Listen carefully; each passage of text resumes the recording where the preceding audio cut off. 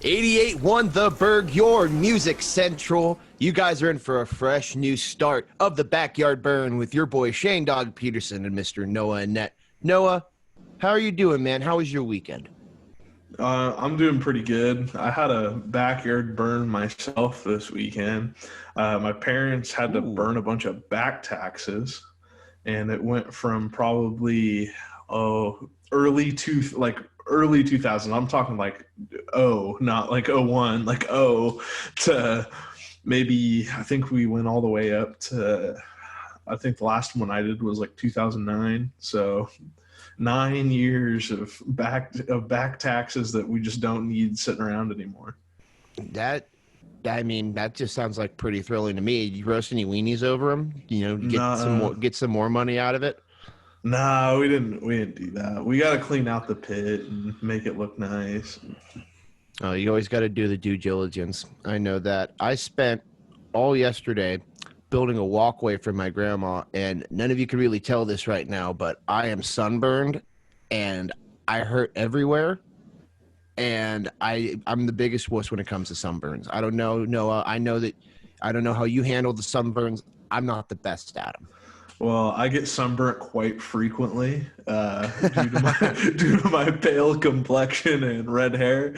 So, I would say I'm at least an expert in that department. I don't know if there's anything above expert, but I might be that. But to me, you don't really look too sunburnt right now. You look pretty pale right now, Shane. I don't see any red going on. Well, no, it's the back of my neck and my arms and stuff. I don't know. Can we get a little look in there? Yeah, you can't really even see it. It's a very small burn. Yeah. It's a small burn, but I was explaining to my family, I was just like, oh, no, I'm getting a sunburn. And they're like, well, yeah, it's because you're pale. And I'm like, well, I live in Washington most of the year. Like, I'm covered up most of the time. It's a little chilly. Like, give me a break. But I was happy we were able to go actually do something to help my grandma out a lot. She needed a new walkway so she could make it out to her pool to hang out and read and be all safe and whatnot. So she's going to be able to do that. And I hope that somebody else out there, hopefully you, listener, want to go do something for somebody else. If you guys have some extra time, we've all been in quarantine. We're still kind of coming to the end. We got some more time. If you haven't gone and helped anybody out yet, I think you should. Don't you agree, Noah? Yeah. I mean, do good for the world. Like that's always a good message to end on there for the first little segment here. 88.1 The Burg, your music central. You are still in the Backyard Burn with your boy Shane Dog Peterson and Mr. Noah Annette. Now, many of us have been kind of stuck in a rut because we haven't had any sports to watch. But as this tragedy has been going on worldwide, we have been able to still see a little bit of action out of some of the esports world. Noah, please tell the people what you know. Okay, so this weekend was the Spring Split Championships for two of the League of Legends leagues. So there was the European Championship and the North American Championship. And so just a little like preface to begin this with. North America doesn't have the same level of play as it does in some of the other countries. So like in the Korean League and the Chinese League, those are kind of considered like the cream of the crop. Like any team could win at any given time. Mm-hmm. And the Europeans pretty close to that too. But North America, there's usually like one or two teams that are pretty good. And then the skill gap is completely different from the rest. But anyway, so in Europe, I'll just go there because it's not head over the pond first. Yeah, not here first. Everyone's like, "Oh, get Europe out of the way," even though the European Championship was a little more exciting. So it was a 3-0 sweep in favor of G2 Esports, which is like one of the best teams in all of League of Legends. They were the runner-up in the World Championship last year. So they were the second best team in the world last year. So they're really, really, really good. And they played Fnatic, who is like it's one of those other teams. It's usually a runner-up, wins every now and again, but they're like on the same par. Well, G2 somehow is just significantly better now and beat them at all 3 games, and they didn't even look close. So, question for about these G2 guys. I know with some of these like League of Legends teams, they sometimes, usually like during regular play, they don't usually have to be in the same place to play. Was there some of like that going on? Were they not having players, sit next to each other in their actual desks, or were they having people satellite remote in for these games, or what was going on with that? Okay, so right now, some of them are just like at their houses, like if they're like actually from the area, but pretty much every team has like a player house. And Hmm. so, like, for example, in North America, I'm not quite sure what they didn't do the face cams for the European Championship, but for North America, they did the face cams. So I don't really know how they were, but in North America, Cloud9 was like at the same house. Like they were all sitting right by each other. And FlyQuest was I believe at different houses. I couldn't really tell if they were just in separate rooms or at a different house. Interesting. So, European League already went off with a bang. Were they the first one to be done? What happened next with the U.S. League with North America? Yeah. So that was like the early one, and then in North America we had Cloud9 Esports, who in the regular season went 17-1, so they're really really good.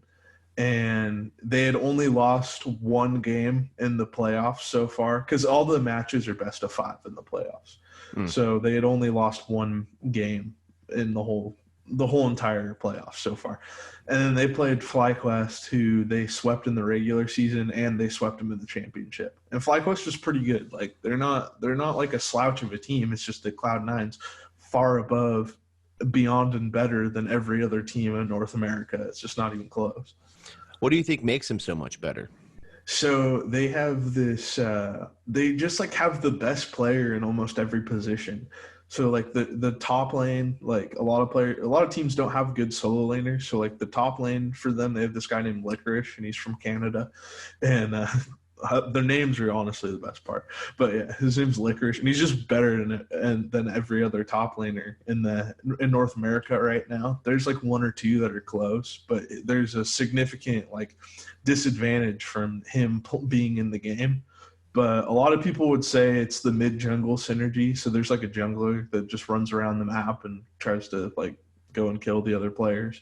And then there's the mid lane, which like if you give a bunch of kills to the mid lane, they get so strong that like you just win. Like that's pretty much what happens. Like if you have a really really strong mid lane and everyone else is like the other team's mid lane's behind, and even if they have some strong people, the other team usually. The team that has a strong mid lane probably wins. Okay. It's just the meta right now. It's just the meta. Okay. That's honestly super informative. I've had it explained to me a number of different ways, but that was actually one of the better ways it's been explained. 88.1 The Burg, your music central. You're still in the backyard burn with your boy Shane Dog Peterson and Mr. Noah Annette. Now, Noah, you know that guy, Mr. Elon Musk, correct? Yes, he is a zany guy is the best way for me to describe him. Zany guy. He's one heck of a dude. I think he's actually one of the coolest guys probably in the planet. The dude's awesome. Dude's a big philanthropist. He's an absolute brilliant inventor. I mean, the dude's pretty awesome. And I found out something that happened yesterday that blew my mind. Yesterday, you were able to see in parts of North America the Starlink satellite that was launched by SpaceX, the company that was founded by Mr. Elon Musk. Now, this whole entire plan that he's doing is he's launching these satellites to improve satellite internet for the whole entire globe. Something that I think all of us are struggling with a lot right now, especially from working from home, having to share internet with people. It's a struggle. Yeah, I'm ready to get more than 12 megs out here in Lyman, Washington. I mean, when our lightning speed is 18 megabits per second, I think we can move up on the whole internet speed department. Yeah, where I live up in a really small town called Newcastle, California. And Newcastle, California had an article written about it probably about 6 months ago that it actually geographically has the worst coverage for internet anywhere. And it's a pretty old little town, so there's not a lot of landlines for internet, so it's a lot of satellite internet. And I have to go drive about 20 minutes every day so I can record this show. But I do it for the people and I do it for the love of the game. But you know what? I could use some of this Starlight internet right about now. But it's pretty interesting. He's been launching about 60 a month for quite a while now. He's a little over 400 at the moment. And the thing that's insane is that he's planning on being able to provide satellite internet for the whole entire globe. Yeah, looking at the pictures, it really reminds me of in Guardians of the Galaxy when all the ships link together and they have like their ship shield. I don't really know how to describe it. I know exactly what you're talking about. Yeah, the ship shield. Like that's what it kind of looks like when they're all like linked together. Yeah, when we were told, and we even looked up a few pictures because I wish I would have gone and seen this, but when you look up into the sky, if the sunlight or the moonlight hits them at a perfect angle, at a certain angle, and if they're right over the top of you, you can see like this whole line of stars in the sky that many probably first saw last night, and there was probably some more UFO calls in because anytime Elon Musk tries to launch anything cool, everybody thinks it's aliens. It might be, Shane. It could be the aliens. No, Elon Musk is coinciding with the aliens to be able to launch this project. He has a contract with them. He's bought the real estate to put all these satellites up so we can have more internet. So I think it's pretty interesting. And I think it's also really funny that Elon Musk is making his way into the news on no other day but 420. Because an Elon Musk fun fact for you, I don't know if you know this, but Elon Musk was on the Joe Rogan Experience one time and was on camera and took a hit off of a little doobie that Joe Rogan had. And in one day, that made Elon Musk had his Tesla stock drop 9% in one day from that one single YouTube clip. So he can go from losing 9% for hitting a joint on 420 to be given a satellite internet for the whole entire world in almost a year's time. That's how incredible this dude is. Yeah, he's something else, Shane. I don't know. He's what he does is beyond me sometimes. Like just like in general, he's a real smart dude. He's just so far above and beyond people. Like I just don't know what he's talking about. So I'll figure it out one of these days. Hopefully. He's one of my favorite characters ever, and I hope to see some more stuff and hopefully get some of that internet flying around a little bit more because I think some of us could all use that a little bit. 88.1 The Burg, your music central. You're back in the burn with your boy Shane Dog and Mr. Noah and Net. Now, we've been keeping you guys pretty up to date on some of the good stuff to go watch on TV, some of the good streaming service stuff, and something that's been kind of shaking the cages of the whole entire TV world is this documentary called The Last Dance that has been released through ESPN. Noah, tell them a little bit about it. Yeah, so it's a 10-part documentary that is about Michael Jordan's whole basketball career. And so the first 2 episodes just dropped yesterday, and they're coming out every Sunday on ESPN and some other platforms.